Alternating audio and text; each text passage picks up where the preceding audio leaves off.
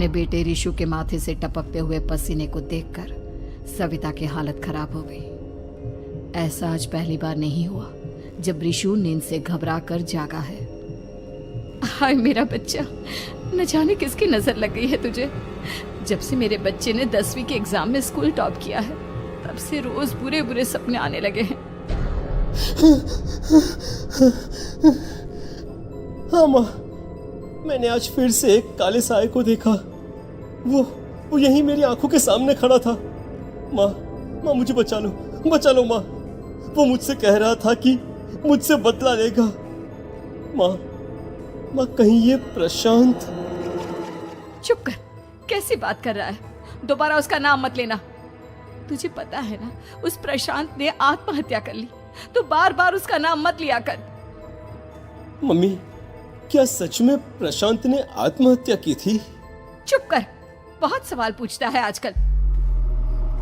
और फिर रात के वक्त सविता के पूरे घर में एक अजीब सा काला धुआं छाने लगा। गहरी नींद में सोई सविता की जैसे ही आंख खुली उसका दम घुटने लगा। वो दौड़कर रिशु के रूम की तरफ गई जहां उसके दरवाजे पर घूमती एक काली परछाई देख वो बुरी तरह से घबरा गई। कौन है वहाँ? कौन है? सामने आओ। ये मैं हूँ, तुम्हारी काली करतूत।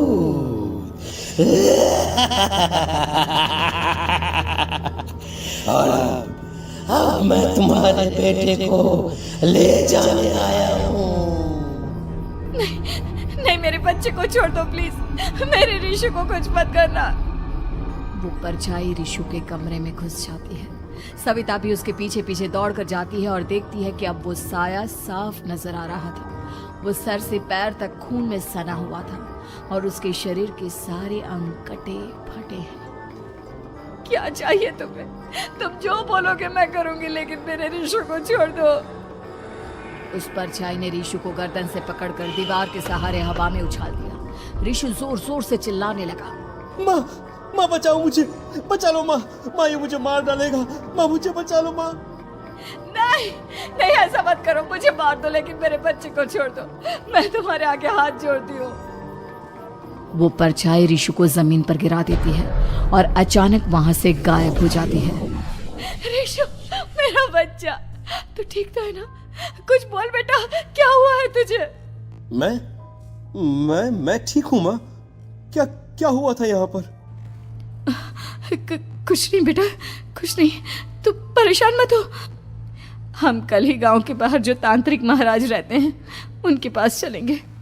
ठीक है माँ, हम जल्द ही उनके पास चलेंगे। मुझे बहुत डर लग रहा है माँ।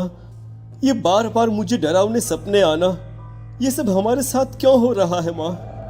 अगले दिन सविता अपने बेटे रिशु को लेकर गांव के बाहर तांत्रिक के पास जाती है। जिस जगह पर तांत्रिक रहा करता था वो जगह बहुत डरावनी थी। चारों तरफ कंकाल और खूब भूतियां नजर आ रही थी। गांव से दूर वीराने में उस जगह पर जोर से आंधी चल रही थी। रिशु ने डर कर अपनी माँ का हाथ पकड़ लिया। माँ मुझे बहुत डर लग रहा है। ये कैसी जगह है? देख बेटा, हमारे साथ जो कुछ भी हो रहा है उसका इलाज सिर्फ और सिर्फ ये तांत्रिक महाराज ही बता सकते हैं। अब यही है जो हमें प्रॉब्लम से बाहर निकाल सकते हैं। जैसे ही सविता और रिशु तांत्रिक की झोपड़ी के अंदर पहुंचे, वहां का नजारा देखकर उनकी आंखें फटी की फटी रह गई। तांत्रिक की झोपड़ी के अंदर कई सारे लोग अपनी गर्दन घुमा घुमा कर जोर जोर से चीख रहे थे। कौन हो तुम और यहाँ क्यों आई हो? महाराज, मेरे बेटे को कुछ दिनों से एक डरावनी काली परछाई नजर आती है और कल रात उसने मेरे बेटे पर हमला भी कर दिया।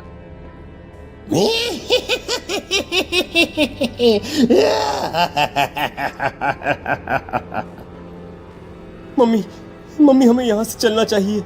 ये जगह मुझे ठीक नहीं लगती। नहीं बेटा, ऐसा नहीं कहते। रुक जाओ, 2 मिनट के लिए रुक जाओ। क्या कहा? काली परछाई?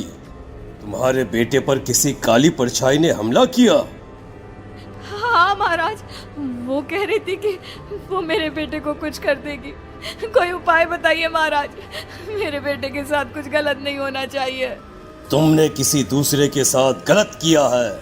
तो तुम्हारे साथ भी गलत होकर ही रहेगा। तुमने किसी की जान ली है, किसी को मार डाला है तुमने। नहीं महाराज, मैंने ऐसा कुछ नहीं किया। मैंने किसी की जान नहीं ली। मुझे कोई उपाय बताइए। लगता है तुम इतनी आसानी से नहीं मानोगी। मैं तुम्हें अभी उस काली परछाई से मिलवा देता हूँ और वही सारा सच तुम्हारे सामने लेकर आएगा। सविता और ऋषु ने डर के मारे अपनी आंखें बंद कर ली। तभी अचानक तांत्रिक की झोपड़ी में अजीबोगरीब आवाजें गूंजने लगी। सविता और ऋषु बुरी तरह से कांप रहे थे। आंखें खोलो और अपने सामने देखो। क्या यही है वो जिससे तुम कल रात को मिली थी? बताओ मुझे। हाँ, इसने कल रात मेरे बेटे के ऊपर हमला किया था।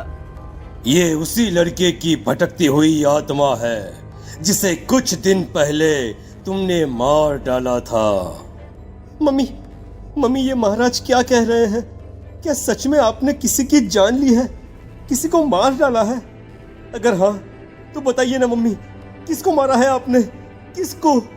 तुम्हारी माँ इतनी आसानी से सच नहीं बताएगी बेटा। इसने एक बच्चे की जान ली है। कहीं उसका नाम प्रशांत तो नहीं महाराज? वो मेरा दोस्त है, मेरा मतलब मेरा पड़ोसी है। सही पहचाना।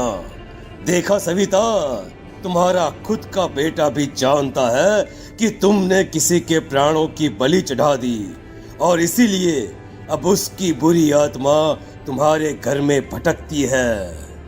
मुझे माफ कर दीजिए महाराज, मुझसे बहुत बड़ी गलती हो गई। प्रशांत हमारे पड़ोसी का बेटा था। हर बार उसके नंबर मेरे बेटे से ज्यादा आते थे और इसलिए मैंने उसके कमरे के बाहर काला जादू किया था, पर मुझे नहीं पता था कि वो मर जाएगा। तुम्हारे उसी काले जादू वाली गुड़िया के अंदर एक बुरी आत्मा थी जिसने उस बच्चे के दिमाग पर बुरा असर कर दिया और उसी की वजह से उस लड़के ने अपनी बालकनी से कूदकर आत्महत्या कर ली। इसकी वजह सिर्फ और सिर्फ तुम हो, तुम। नहीं महाराज, जो कुछ भी हुआ मुझे नहीं पता था कि प्रशांत अपनी जान दे देगा। प्रशांत की आत्मा इस वक्त तुम्हारे सामने खड़ी है, हमसे बात करना चाहती है। बोलो क्या कहना चाहते हो? मैं जीना चाहता था, बड़ा होकर कुछ बनना चाहता था। आपके बेटे से मुझे कोई परेशानी नहीं थी। अरे वो तो मेरा अच्छा दोस्त था। मुझे माफ कर दो बेटा, मुझसे बहुत बड़ी गलती हो गई, मुझे माफ कर दो। माफ करने से मुझे वापस जिंदगी नहीं मिल जाएगी। मेरे माँ बाप आज भी मेरे लिए रोते हैं। आपने मेरे साथ बहुत गलत किया है, बहुत गलत। और तभी अचानक प्रशांत की आत्मा वहां से गायब हो जाती है। सविता जोर जोर से रोने लगती है। सुन लिया तुमने? ये तुम्हारे अपने ही किए हुए पाप हैं जो इस तरह से तुम्हारे सामने आ रहे हैं। माँ, ये आपने अच्छा नहीं किया। सिर्फ 10th बोर्ड के एग्जाम में मैं टॉप कर पाऊं, इसलिए आपने मेरे दोस्त के ऊपर काला जादू कर दिया। नहीं मम्मी नहीं, अब हम कभी खुश नहीं रह पाएंगे, कभी नहीं। मेरे दोस्त की आत्मा को कभी शांति नहीं मिलेगी मम्मी, कभी नहीं। लेकिन मैंने जो कुछ भी किया सिर्फ तुम्हारे लिए किया। वो लड़का हमेशा फर्स्ट पोजीशन पर आ जाता था और इस वजह से हमेशा तुम्हारे मार्क्स कम पड़ते थे। मैंने तो सिर्फ उस पर एक छोटा सा काला जादू किया था बेटा। मुझे क्या पता था कि उसका ये नतीजा निकलेगा। जिस गुड़िया को तुमने उस लड़के के कमरे के दरवाजे पर लगाया था, दरअसल उसके अंदर एक बुरी आत्मा का प्रवेश हो गया था, जैसा कि अक्सर काला जादू करते समय हो जाता है। मुझे अपनी गलती का एहसास हो गया है।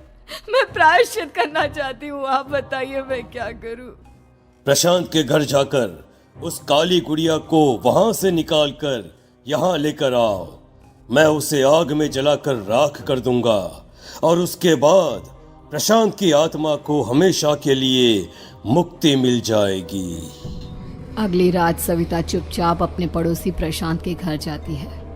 प्रशांत के माँ बाप प्रशांत की मौत के बाद उस घर को छोड़कर हमेशा के लिए वहां से चले गए थे। जैसे ही सविता उस घर के अंदर कदम रखती है, उसका सामना अजीबोगरीब हैवानियत से भरी आवाजों से होने लगता है। ऐसा लग रहा था जैसे कोई बुरी तरह से चीख रहा हो। सविता जैसे ही प्रशांत के कमरे के बाहर पहुंचती है, वहां पर लटकी हुई गुड़िया के शरीर से खून टपकने लगता है। ये क्या हो रहा है? इस गुड़िया के शरीर से खून क्यों टपक रहा है? सविता हिम्मत करते हुए उस गुड़िया को वहां से उतारने की कोशिश करती है, लेकिन तभी अचानक से बहुत भयानक दिखने वाली औरत उसकी आंखों के सामने आकर खड़ी हो जाती है। मैं यहाँ से कहीं नहीं जाऊंगी, और अगर तूने मुझे यहाँ से हटाने की कोशिश की तो मार डालूंगी मैं तुझे। नहीं नहीं, मुझे तुम्हें यहाँ से ले जाना ही होगा, नहीं तो मेरा बेटा, उसकी जान को खतरा है। मैं तुम्हें नहीं छोड़ सकती। अगर तुम्हारे अंदर हिम्मत है तो मुझे इस घर से बाहर ले जाकर दिखाओ। और ऐसा कहकर वो औरत सविता के ऊपर हमला कर देती है और उसे हवा में उछाल उछाल कर जमीन पर पटकती है। लेकिन तभी अचानक मौका देखकर सविता अपने हाथ में ली हुई सुई उसके हाथ में चुभो देती है। हाथ में सुई लगते ही वो औरत जमीन पर तड़पने लगती है। ये क्या किया तूने? ये क्या कर दिया? तुझे ऐसा नहीं करना चाहिए था। तांत्रिक ने मुझे कहा था कि तुझसे जीतने का सिर्फ यही एक तरीका है जिससे मैं अपने पापों का प्रायश्चित कर सकती हूँ और अपने बेटे की जान बचा सकती हूँ। और उसके बाद वो डरावनी दिखने वाली औरत एक छोटी सी जादुई गुड़िया में तब्दील हो गई और सविता ने उसे ले जाकर तांत्रिक को दे दिया। तांत्रिक ने जादुई गुड़िया को आग के हवाले कर दिया।